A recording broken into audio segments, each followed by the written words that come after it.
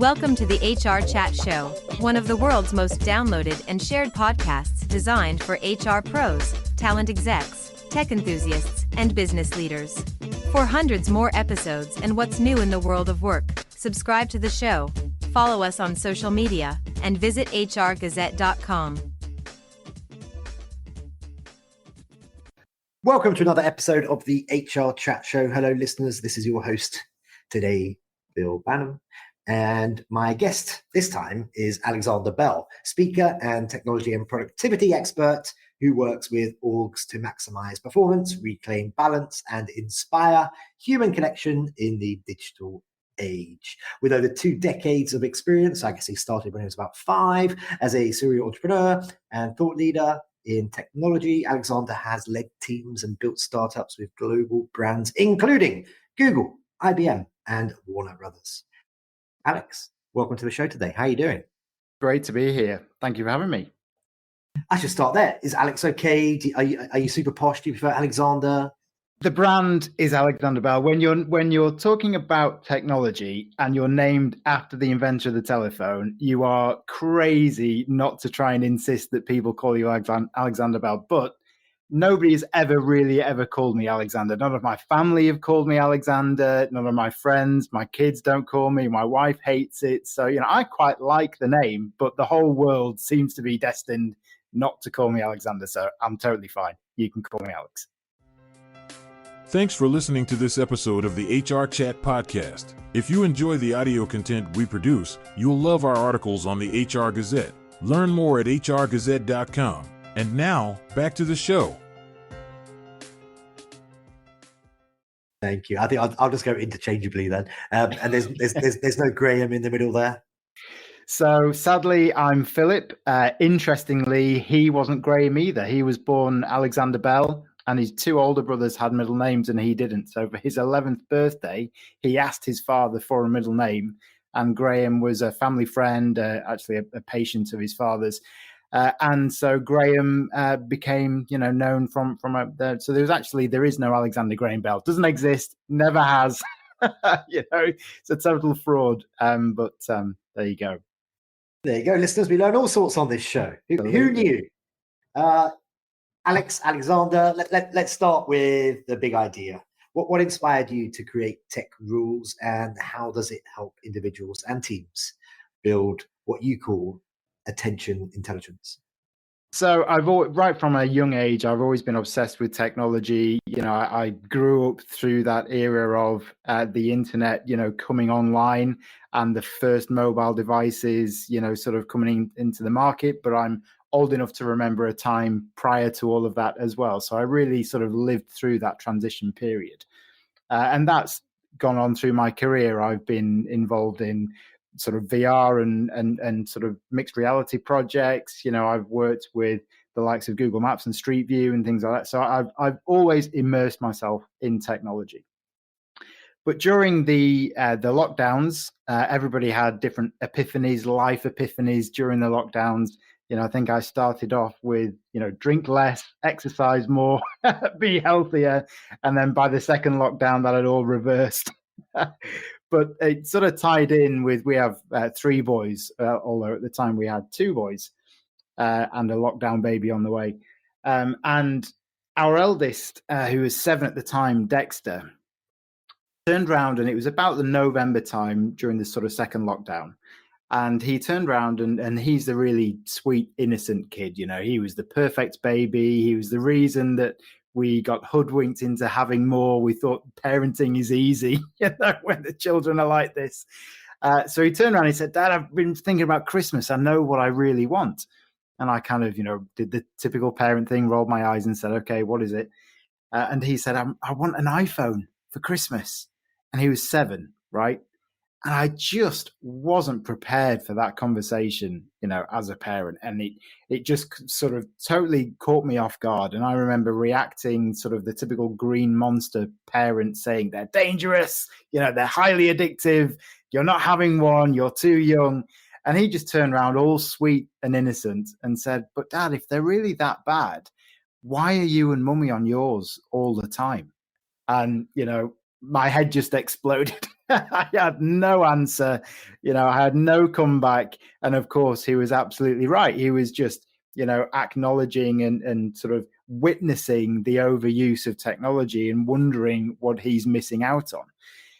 And so from that sort of moment onwards, I knew that I had sort of this overriding responsibility, both as a parent for sort of, handling their journey through technology, but also a greater sort of sense of awareness of my own sort of relationship with technology and how that's impacting the people around me. And so I started researching it and looking online and trying to find sort of parenting strategies around digital. And there was a few bits out there. There were a few experts, but there wasn't this sort of wealth of information or sort of experiences or, a library of sort of go to, this is how you do it. And so I thought that's strange. We live in such a tech-dominated sort of world. Why isn't that sort of wealth of knowledge that can be shared? And then when I started sort of really thinking about it more deeply, I realized that actually in organizations, this problem exists.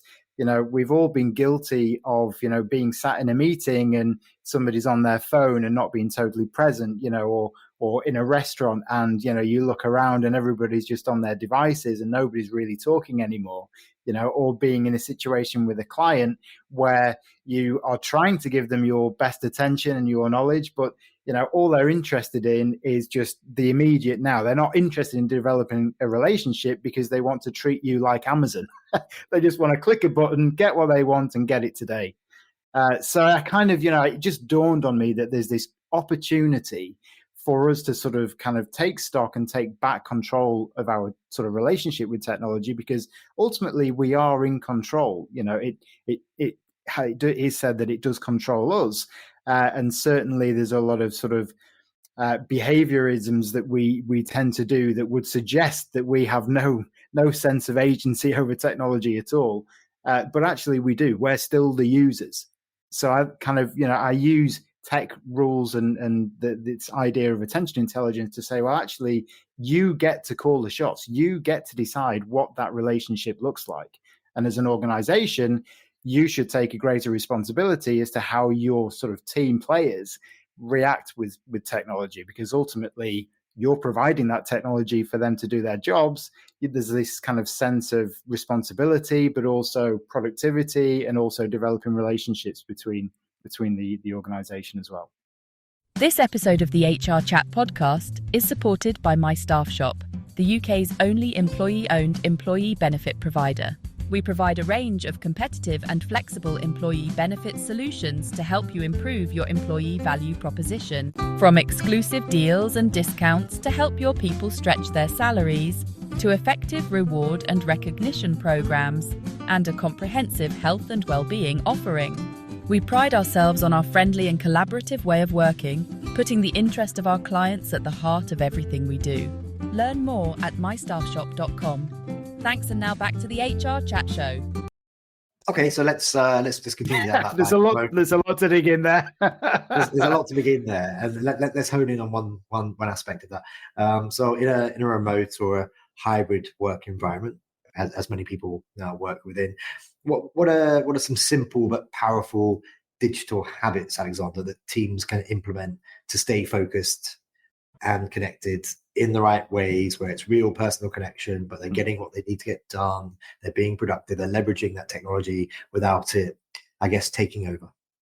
So there's two very simple examples. There's one which is actually, there's research that's been done that sort of proves that having devices out on your desk, your phone in view, that type of thing, can actually decrease your cognitive capabilities by about 26%. And Kaspersky, remember the antivirus conglomerate, teamed up with the University of Nottingham and another university as well. And they sort of did, lab condition exam kind of tests. And they scored people who had phones on their desk, phones in their pockets, and phones out of the room. And it proved, that remove the devices, you're more focused. It sounds really simple. We all know this. But it's not that easy. We can't just say, okay, well, let's remove all the digital devices and hide them, in different rooms, because of course we need to be available at certain times of the day. We all have information that we need to be able to respond to really quickly. So it's not as simple as saying, well, if you take them away, the problem is solved. We can be more productive, even though the science tells us that that is the case. So there's another kind of area that I really sort of recommend to people, which is when you introduce people back into your day, you can really sort of turbocharge your productivity. And especially in a hybrid environment, I use a platform called focusmate.com. There's lots of others that are available. It comes under this idea of body doubling, which some people may have heard of. But ultimately, it says, look, if you co-work with somebody else in sort of in a live setting, either on a Zoom call or on a Teams call, or even just, on the phone or whatever it will be, you're able to sort of really cut through all of the digital distractions, because it sort of goes back to that idea at college or at university where you're in a library and you're sat with somebody else trying to get some work done. You have a greater sense of awareness and accountability. You've pre-planned the work that you're going to do. I'm meeting with Bill, at 2:00, and we're going to have an hour's co-working session. So I need to, think ahead as to what I'm going to show up and actually do during that hour. There's that sense of human connection, because if I know that Bill's working and I'm meant to be working, then I feel that I need to work as well. So you have this kind of social connection that can really help you just to get work done. And then it brings into play the kind of the digital manners, that we all should be better at doing, which is, so if I'm on a call with Bill, I shouldn't be taking phone calls or, being distracted with my devices or multitasking between emails and between the job that I should be focused on. Those are kind of two real sort of different bookends of the spectrum that people can focus on, but it can make a huge difference. Once in a while, an event series is born that shakes things up, it makes you think differently, and it leaves you inspired. That event is Disrupt HR. The format is 14 speakers, 5 minutes each, and slides rotate every 15 seconds. If you're an HR professional, a CEO, a technologist, or a community leader and you've got something to say about talent, culture, or technology, Disrupt is the place. It's coming soon to a city near you. Learn more at disrupthr.co. We've only just started, but we're already running out of time, because I said to Paul Alexander, let's have a call. And then I said, hey, last minute, I said, hey, let's also record an episode. But I didn't give us loads of time to do that. So I'm going to throw 3 very rapid fire questions at you. You and I connected because I'm involved with a bunch of the Disrupt HR chapters, including the relaunch of Disrupt up in the Northeast. We've got an event on May 13th, just outside of Durham. And Alexander has kindly offered to be one of our speakers. Can you, in 1 minute or less, Alexander, give our listeners a bit of a taste of what they can expect from you? So I bring a lot of fun to this subject, because I think humor is not only entertaining, but it really opens up conversations and learning opportunities. Because if we can engage with something, if we can feel more human about a topic, then it means that we can kind of get into the right space to potentially start to think about changes that we can make for ourselves or for our organizations. So everything that I do, I try and bring an element of humor and sort of fun to along the way.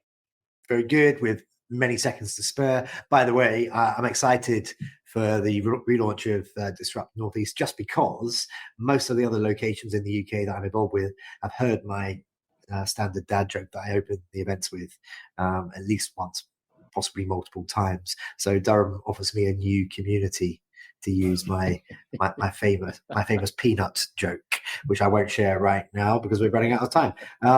Okay. Again, in 60 seconds or less, Alexander, what advice would you give to HR pros and L&D pros who want to bring digital wellbeing and performance training into their organizations but aren't really sure where to begin? I think it starts with observing what's happening right now, because we all have habits, behaviors, we all have our own sort of rules with technology that are already existing. So I think when I start working with an organization, the first thing is to say, well, what's happening right now? What are the rules that are going on with technology, with emails, during meetings, in person and online, with shared sort of co-working spaces? What are the rules and habits and behaviors that are happening right now?